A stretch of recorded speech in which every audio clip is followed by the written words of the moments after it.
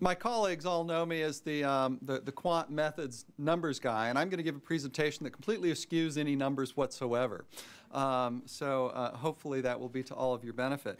I'm also going to really, I only have 8 minutes, so I'm going to focus in on a couple of sort of lessons learned from the body of in the whole area of research that I've been devoted to for many years now. And so I'm really summarizing not only my own work, but that of many other scholars working in the area that focuses on sort of what works in changing offender behavior.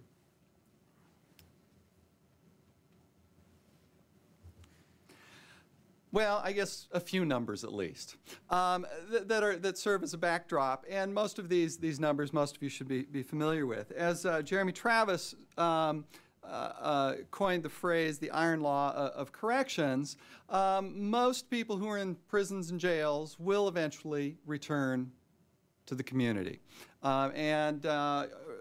At present, something over 600,000 people each year return to communities from prisons and jails.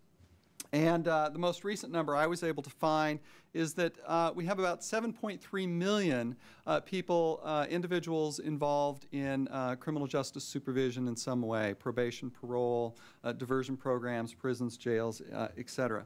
Now, our criminal justice system has many goals, from simple incapacitation, punishment and retribution, but a clear goal of our correctional programs, at least one piece of the mix, is to try to bring about change in those individuals involved in crime such that they will commit less crime in the future. Okay.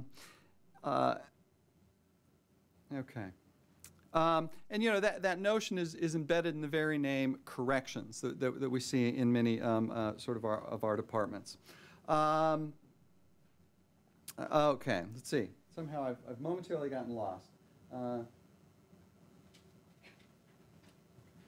So the focus of my briefing here will be on 3 basic lessons that we've learned in this whole body of research on how to reduce recidivism among those who've committed crimes.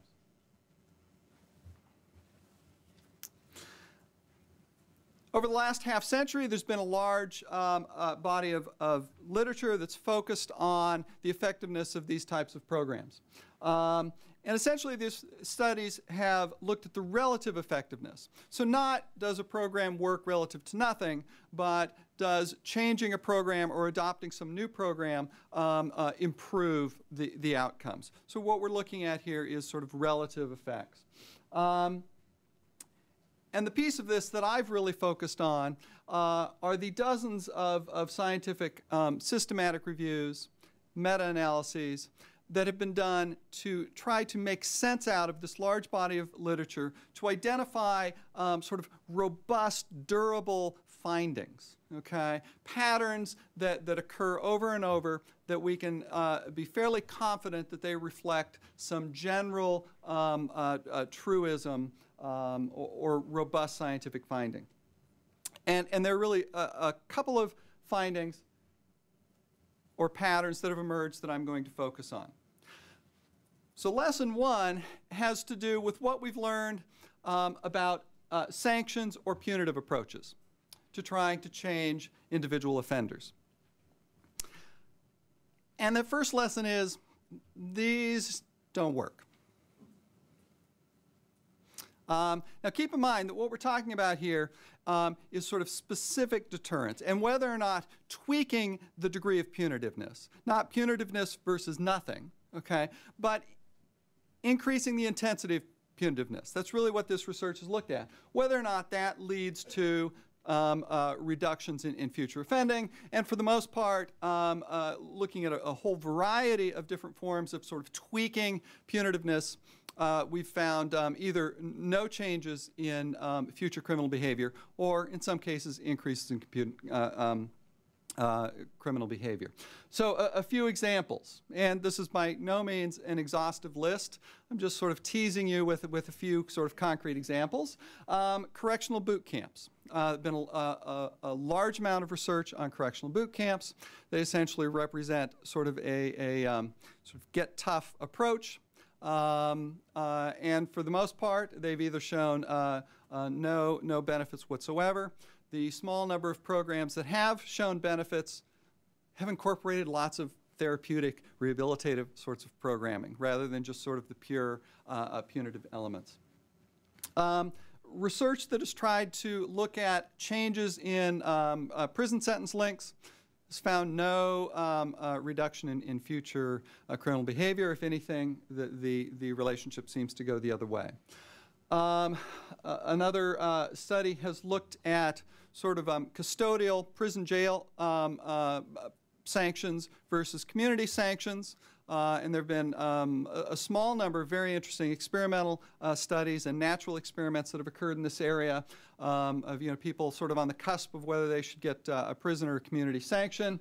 In this area, once again, we get the finding of no benefit of the harsher, more punitive approach. The only area where the evidence is less clear is intensive supervision. So cranking up the intensity of probation or parole. The evidence suggests there's no real effect here, though some studies have found some effects, some have found some negative effects.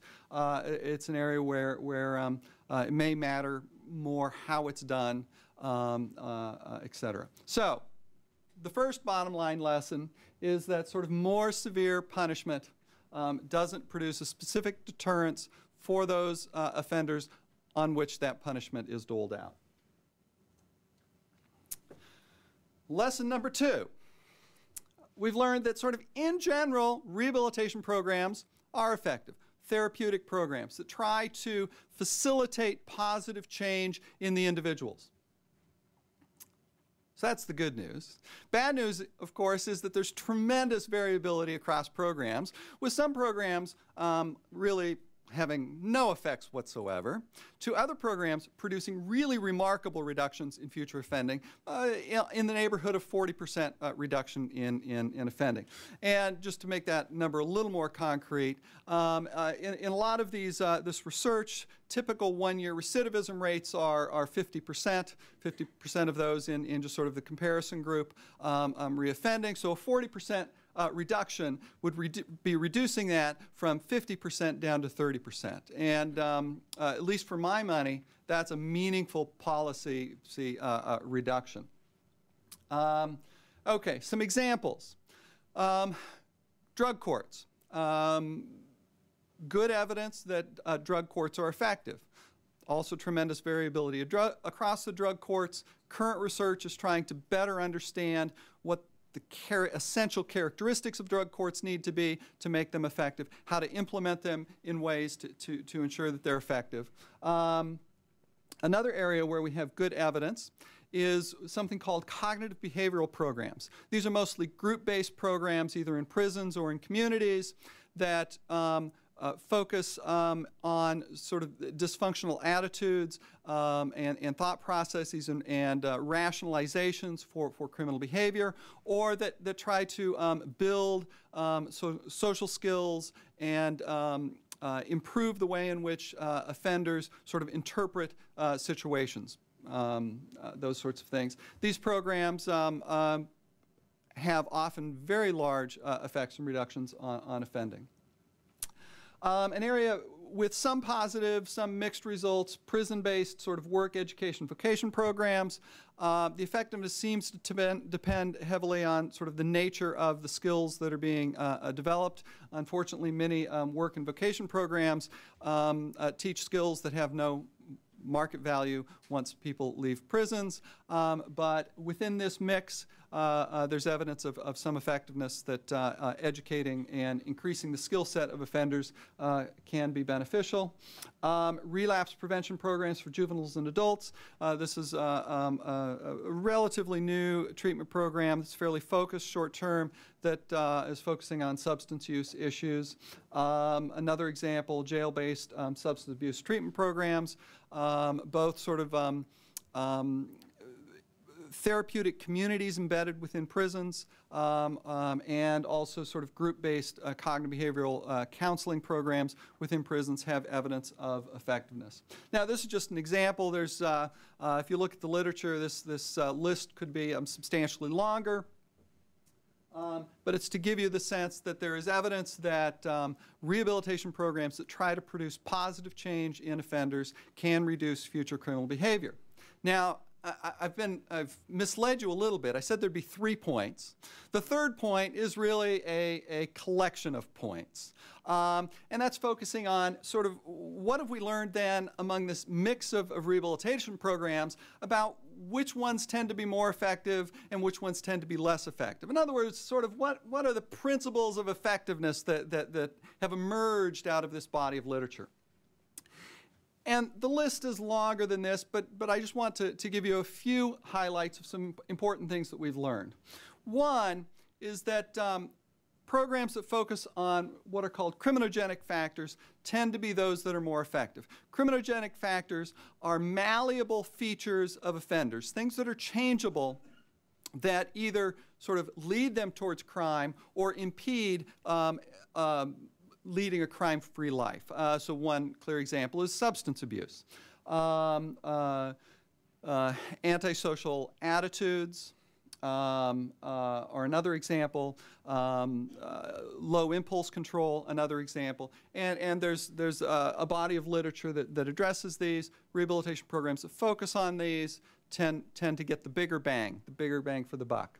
Another finding that's emerged, which for some people is counterintuitive, but focusing on the high-risk offenders, you get the bigger effects than on the low-risk offenders. This may be simply sort of a statistical artifact that there's a lot more room for change, that the low-risk offenders, many of them, you know, getting caught might have been enough.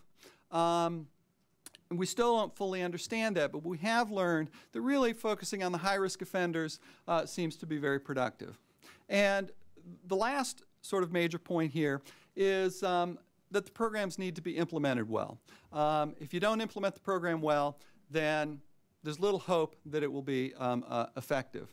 And this is a sort of a major problem with a lot of programs that sort of are run up to scale, and the science of how to implement programs well is still very sort of immature. So a few final comments. So there's good news and bad news in all of this. The good news is it is possible to implement programs that help offenders change in positive ways that reduce future criminal behavior. So the thinking from the 70s, the Martinson and Lipton work that nothing works is simply incorrect. The bad news, as a recent article by Lipsy and Cullen pointed out, and that actually Dr. Taxman will discuss more fully, is that the current mix of programs in the wild, in the criminal justice system, really don't match up well to what the evidence says is effective. So there's a real mismatch between existing practice and this evidence base. How'd they do on time? There we go.